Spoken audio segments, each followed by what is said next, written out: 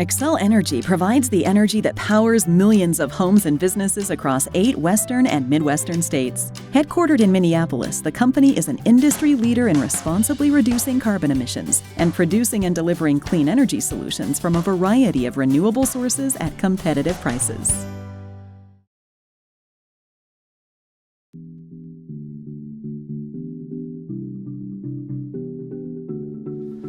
From the League of Minnesota Cities, this is City Speak. I'm Luke Fisher, Executive Director and host of this season of the show.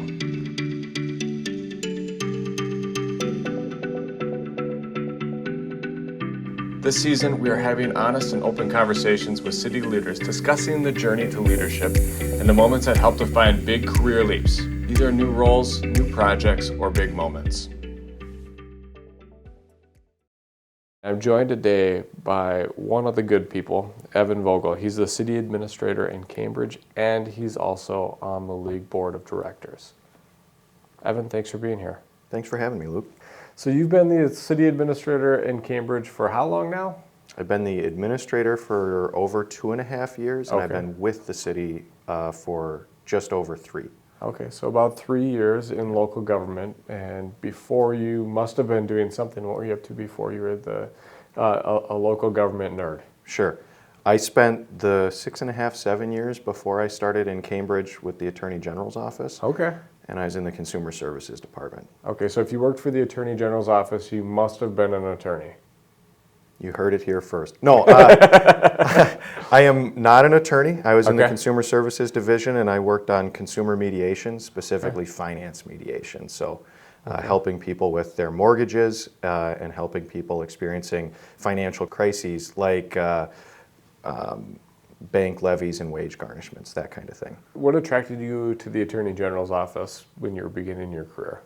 I was interested in politics broadly without knowing what that meant because I was 22. I had done quite a bit of campaigning type work in undergrad and happened to help a candidate win that helped me get an interview with that office, and that went well and got on board there. So there's a big difference between electoral politics and the politics of working for a city or working for a government. What was the most stark thing that you encountered that was like, oh my gosh, we're governing now, we're not doing politics now? As you get older, I think you get less interested in some of the core politics or partisan politics issues.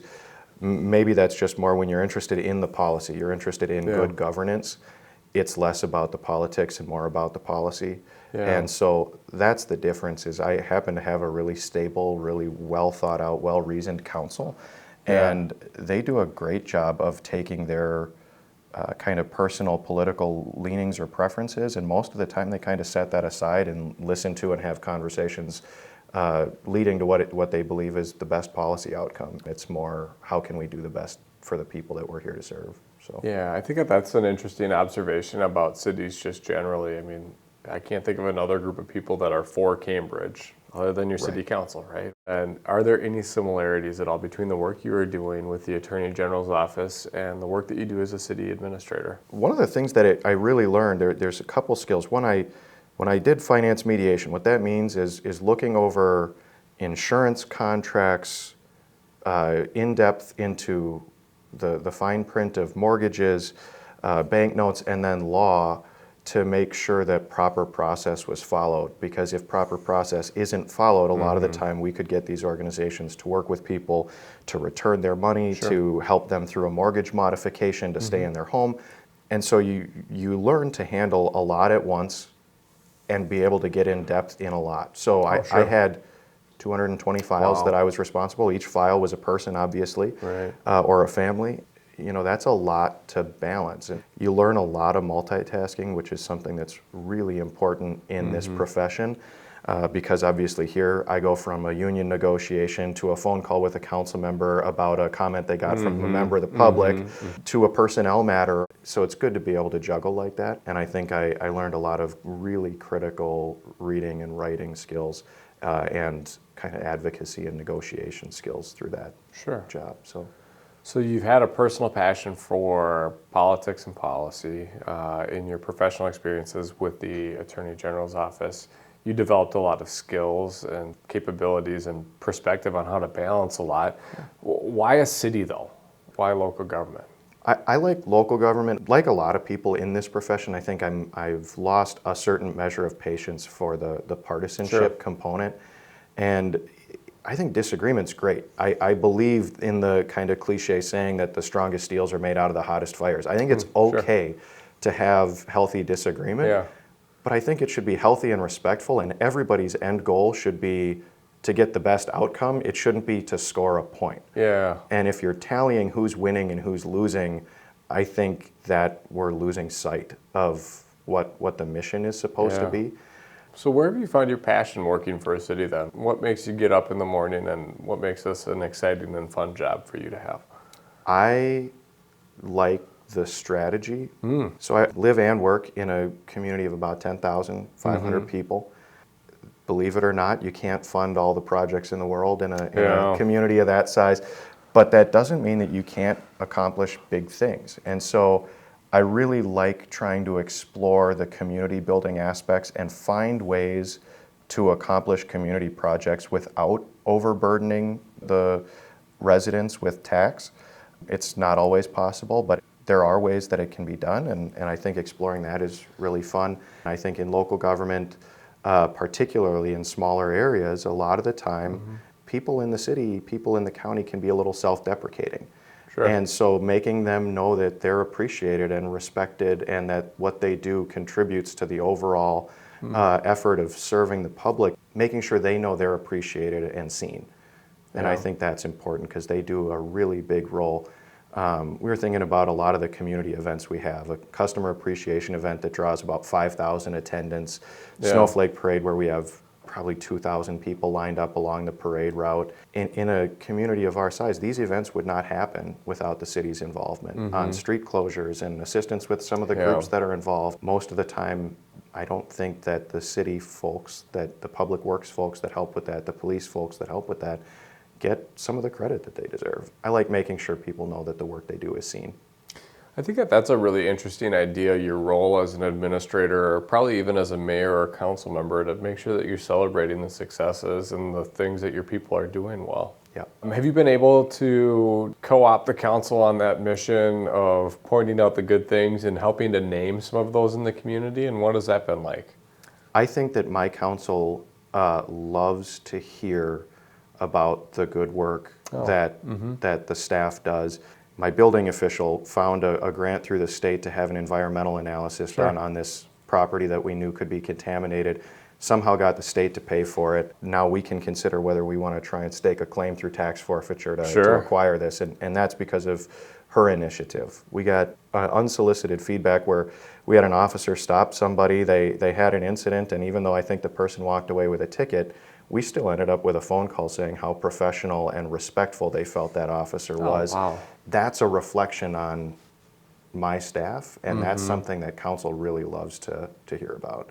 I think they have picked that up. I've started in my weekly updates naming if there's great work happening, who is doing that, how it's happening, and I have one particular member of council who has made a point to reach out to most of these people who get named to kind of follow up on that. That's really cool to hear that they're owning that part of your organization's culture and making that part of who you are. As you think about how you've approached the council, I know that you've been somebody who's thoughtful in how you do that. I'm curious if it's like a more guarded approach, or if you've sort of leaned into being maybe a little bit vulnerable or candid along the way to help folks understand what it is that you're trying to balance. So there's no way to measure this, which makes it an easy claim to make, but I'm ambitious. I want to be good at my job. Yeah. And I don't think you do that by playing it safe. Sure. And that isn't to say that I'm reckless in any capacity, but I'm not afraid to make mistakes. I'm not afraid to embrace my newness to this profession.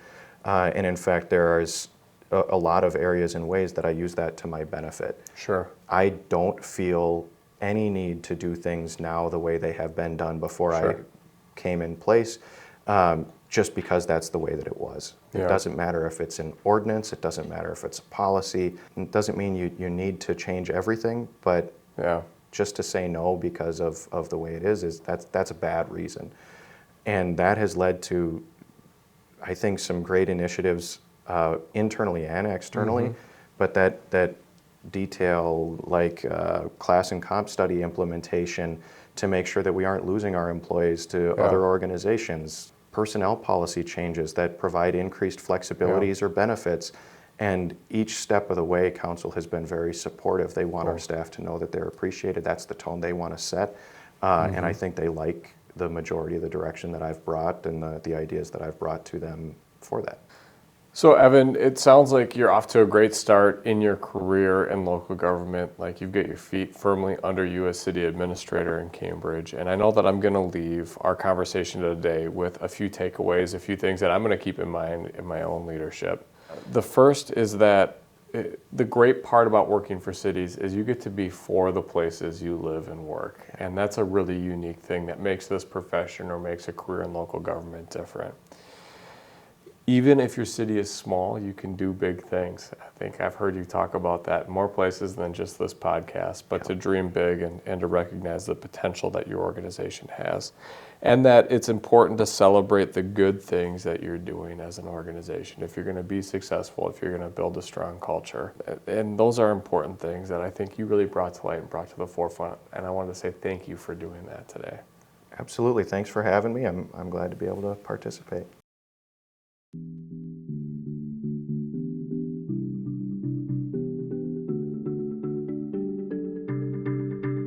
That's it for our show today. I want to thank you for listening to City Speak. If you have an idea for an episode, feedback, or want to get in touch, you can connect with us at podcast@lmc.org. Until next time, be well.